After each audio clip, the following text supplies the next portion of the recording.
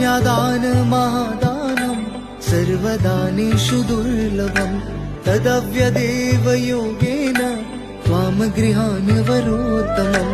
विवाह कन्या प्रदास्यहम् पितृनातारणाय च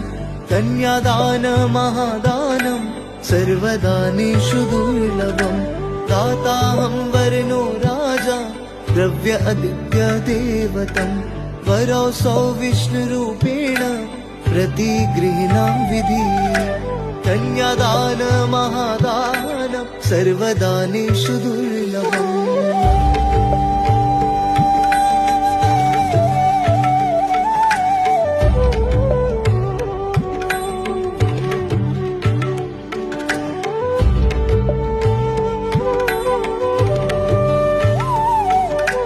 कन्यां कनक